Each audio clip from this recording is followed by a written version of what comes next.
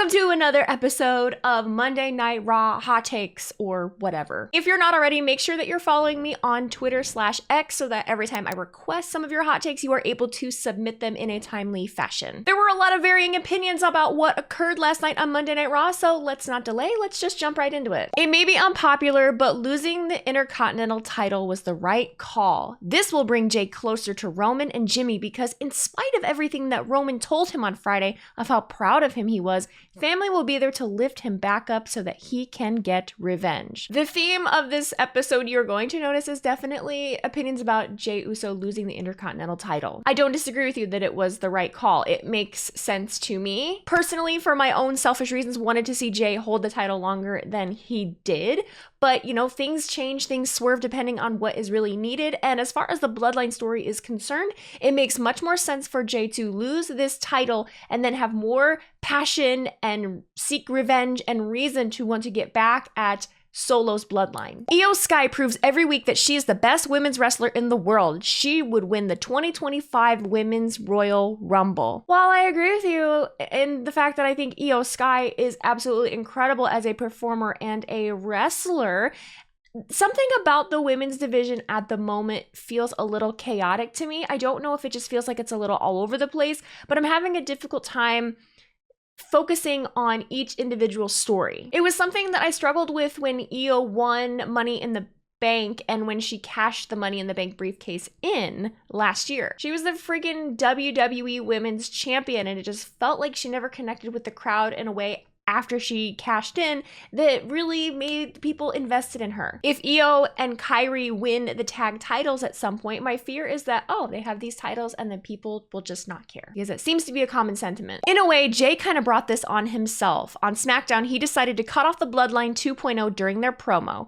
He was never asked to appear, but did anyway. Then Roman Reigns and Jimmy Uso asked him to be on their side, but he declined, and now the new Bloodline, who he cut off, cost him his title. Roman and Jimmy didn't help because Jey denied them. Just a theory though. Family gets complicated. To Jey's defense, Jey has stayed out of everybody's business for months, almost a year. Jey has minded his own damn business. You cannot fault the man, however, who comes from a culture that is all about family, for kind of trying to intervene and maybe help his little brother see the error in his ways. Not all family patches things up, but Jey loves his family. It's part of Samoan culture. Outwardly, he might be upset and he has a lot of resentment and anger, and rightfully so, considering everything that happened over the course of the last year. But he's got that twin vibe. I guarantee you he loves his family and he just thought maybe he was gonna help. It did end up shooting him in the foot though, as we saw. Raquel looked strong AF and Carlito is going to cost the Judgment Day soon. I personally am really enjoying this version of Raquel. I've missed it. I've missed the real strong, just serious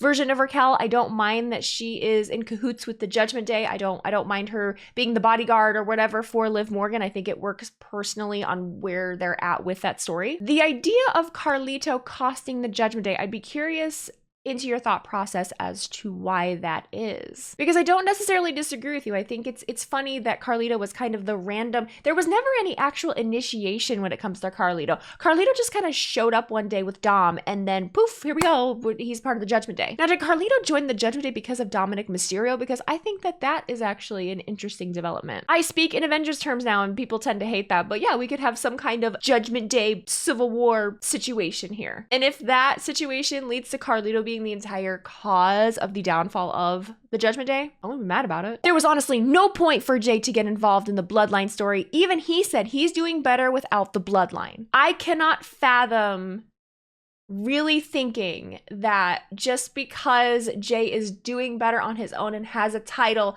that he just shouldn't have gotten involved in the Bloodline whatsoever. Jey Uso is an original OG member of the Bloodline when this entire saga began. If nothing else, he's the original person that was in Jimmy's position, because for a while when we were in the Thunderdome era, Jey was the only one with Roman. Jey has had a lot of growth in that amount of time. Jey has become essentially who he is because of the Bloodline, because of his alignment with them. And not only that, it's family. I can understand if it'd be like, oh no, I'm just gonna mind my business.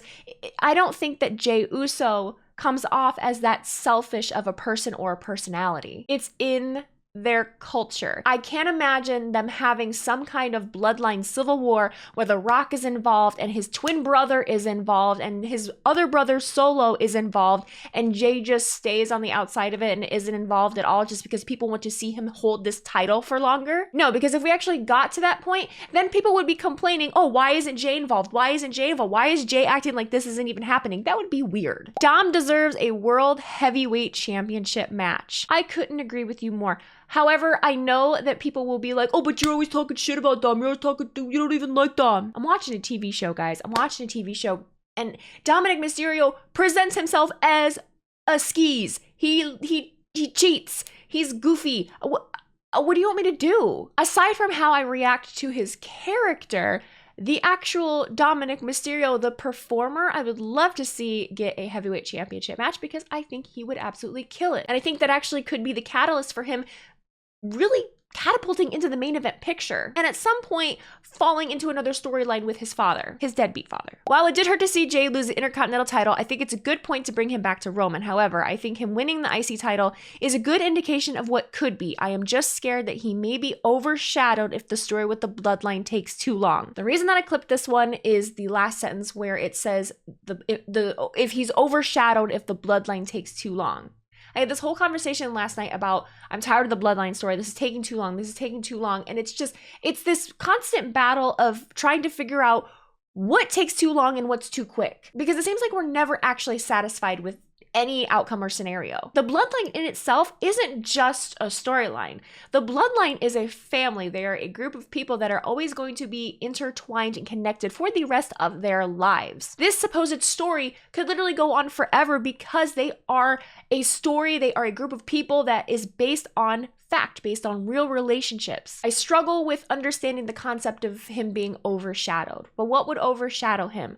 Because I think the bigger picture, the bigger story is the bloodline, the resolution of the conflict within the bloodline and where that takes us. Not everything can be about one person. While I want the best for Jey Uso and I really enjoyed him as champion and I want him to have more opportunities, big picture is the bloodline. He deserves to be there in order to resolve that conflict. Owens and Cody's feud is going to be the best rivalry of the rest of the year. Is it? Because I feel like I haven't seen a whole lot from it yet. I don't have a problem with it, don't get me wrong, but Kevin Owens in his little car video where he's explaining his issues with Cody Rhodes, it felt very Ezekiel Elias coded, where he's losing his damn mind and he's blaming everybody else for his problems and he's not taking responsibility for his own actions. Everything that Kevin Owens does, I do really enjoy. I just hope that it keeps the momentum and maybe they bring in a couple different factors that keep it interesting. The feud between the Wyatt Six and the Final Testament is exactly what Karrion Kross and the Final Testament need if they want to be taken seriously.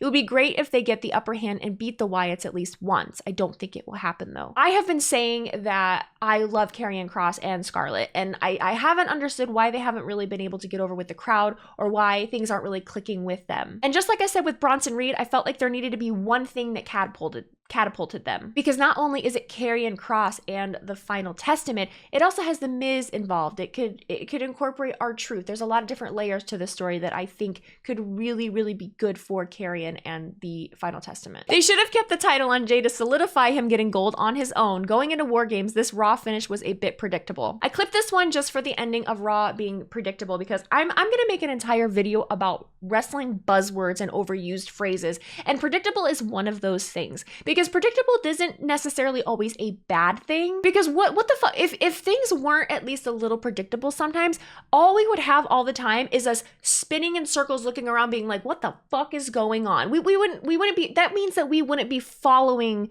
stories and what they're giving us. The fact that we can pick up on maybe some ideas, it means that they're doing a good job. Really enjoying Solo's work as the tribal chief. Seems like he's getting to be himself a bit more and more, which is enjoyable. OG Bloodline versus Bloodline 2.0 about to be fire. Thank you for saying that Solo is doing great, because give that man his flowers. He has absolutely relaxed into his role. He seems so much more just at ease and comfortable with being, kind of incorporating his own personality a bit. He's not just that stoic Solo that we remember following Roman around like a puppy dog. He is kind of running the roost with an iron fist. And he's funny. As much as the point of the heel is to get their eventual comeuppance, what's a word?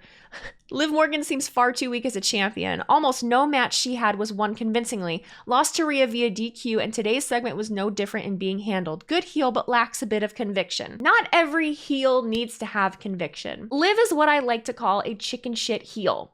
The reason that she has her title still is not because she's earned it. It's because other people have positioned themselves in a place to help her keep it. It's her entire shtick. If you believe that Liv Morgan can beat Rhea Ripley convincingly, we have a bit of a problem. The only critique that I feel like I have about this is that I feel like maybe it is kind of going a little bit too long and we aren't having as much development as quickly as I want. I don't feel like the story is headed in a particular direction at the moment. I feel like every week they're just kind of showing up and having this conflict, and I don't really see what the point or the end goal is. Great show, but what was the point of giving Jay the title for a couple of weeks, then losing to the person who was the previous champ? Story development! Next question! Tired of the 2-hour Raws. Give me my 3-hour Raws back. The further that I get into questions, I find the more saucy that I'm getting, so I apologize, but I don't think the time limit really matters. You're gonna get your 3 hours back after December, beginning of January, when we go to Netflix. You're probably gonna get both SmackDown and Raw at 3 hours. I like the 2-hour format. It's flowing just fine. The first week was rusty,